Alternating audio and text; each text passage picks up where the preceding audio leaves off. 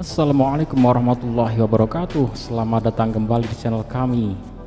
Oke sahabat semuanya, pada kesempatan kali ini kita akan menyimak pembuatan kruk as. Oke, kalau kita biasa di dunia otomotif, kalian punya mobil, punya kendaraan apapun, tidak asing dengan istilah kruk as atau crankshaft atau krek as ya, kalau orang-orang di desa krek. Nah, kruk as ini ada di berbagai kendaraan, jenis kendaraan, dari kecil sampai besar, sepeda motor, apapun ya. Bahkan ini kapal besar maupun kapal selam. Nah, kalau kapal itu kruk asnya atau crankshaftnya itu dipastikan kruk as yang sangat besar ya teman-teman ukurannya. Nah, kalau untuk kruk as yang sangat besar itu kemungkinannya adalah secara onderdil ya, secara spare part itu tidak dipersiapkan, tidak disediakan. Jadi kapal itu dibuat ya sudah seperti custom ya, dibuat kebutuhan kruk asnya seberapa ya sudah didesain lalu dibuat. Tidak disiapkan part cadangan, itu belum tentu ada, karena untuk kapal yang berdimensi beda, ukuran beda, cc-nya beda, daya muatnya beda, itu mesinnya pasti beda, ukuran kruk asnya pun pasti beda. Nah, untuk ukuran yang sebesar ini bisa solusinya ke mekanik Pakistan seperti ini teman-teman ya. Mula-mula diambil dari tadi ya, baja yang besi yang besar dipotong sesuai dengan ukuran yang diinginkan, kemudian dipanaskan sampai membara seperti ini, lalu ditempa untuk menghasilkan bentuk secara kasar ya. Jadi secara kasarnya bentuknya seperti apa, ditempa dulu, kemudian nanti akan didesain, digambar sesuai dengan ukuran presisinya seberapa. Kalau sudah ditempa seperti ini, nah nanti pasti bisa dilihat prosesi berikutnya adalah pembubutan untuk menghasilkan ukuran presisi. Ini bisa kita lihat di sampingnya ada ukuran-ukuran yang akan dibuat ya, bentuk dan sekaligus ukurannya.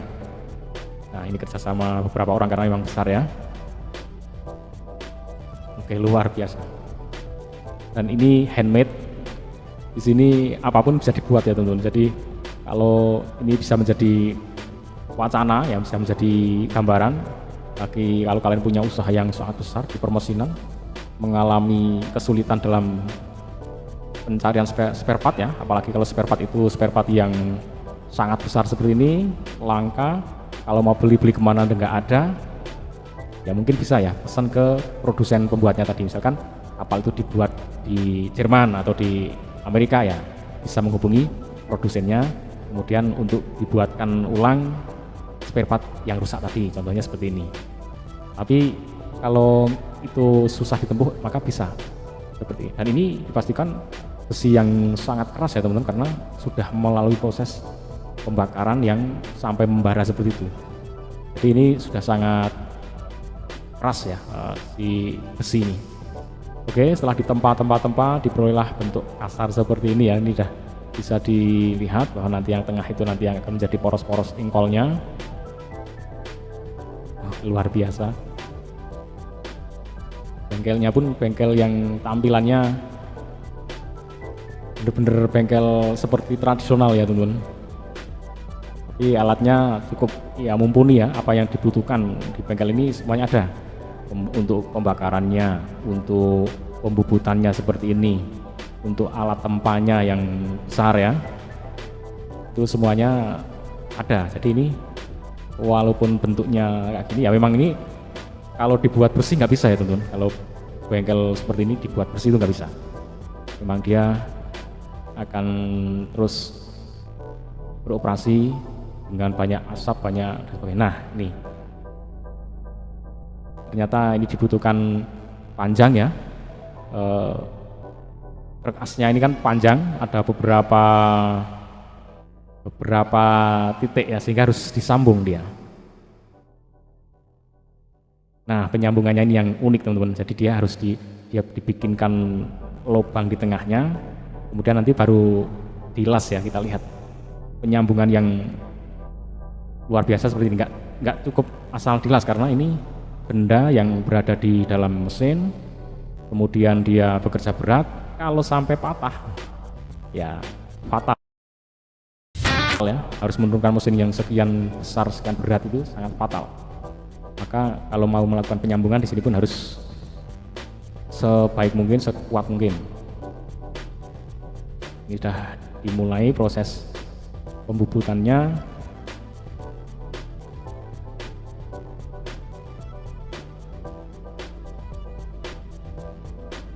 Oke, luar biasa. Dan untuk pembuatan crank as atau crankshaft di semua ukuran ya prosesnya sama-sama seperti ini teman-teman. Beda di dimensi saja, ini dimensinya besar, kemudian dimensinya yang lebih kecil, nah itu beda di dimensi saja.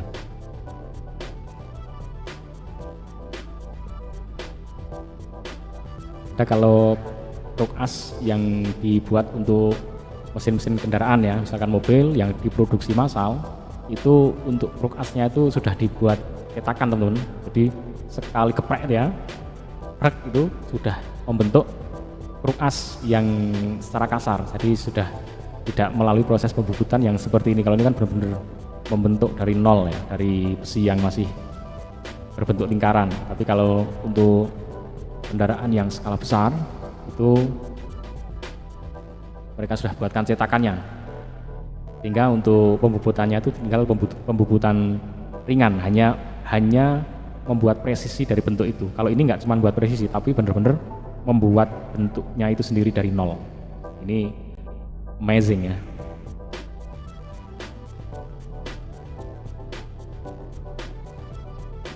Agak ngeri juga ya, pengukurannya manual gini nih agak ngeri sebenarnya ya, tingkat kepresisiannya. Padahal ini kalau sampai gagal presisi sedikit aja udah wassalam ya. Untuk memperbaruinya bener-bener berat nih. Kayak tukang kayu, nggak boleh salah potong. Ini salah potong bener-bener sangat mengerikan. Pekerjaan yang membutuhkan nilai presisi luar biasa, karena ini bayangkan aja kalau sampai salah bubut setengah mili aja, nggak usah 1 mili, itu sudah masalah itu kan. Sudah bermasalah di mesinnya, itu udah nggak bisa bener dipasangnya, sudah koclak ya. Oke, dibentuklah seperti ini, keren ya, luar biasa. Nah, kalau kembali ke tadi yang saya jelaskan teman-teman, kalau untuk produksi kendaraan skala banyak, skala besar, maka bentuk ini sudah tinggal digeprek. Jadi besi yang sudah dipanaskan tadi diletakkan di sebuah tempat yang bentuknya sudah seperti ini ya, kasar, kemudian dipres, diangkat, sudah membentuk seperti ini secara kasar.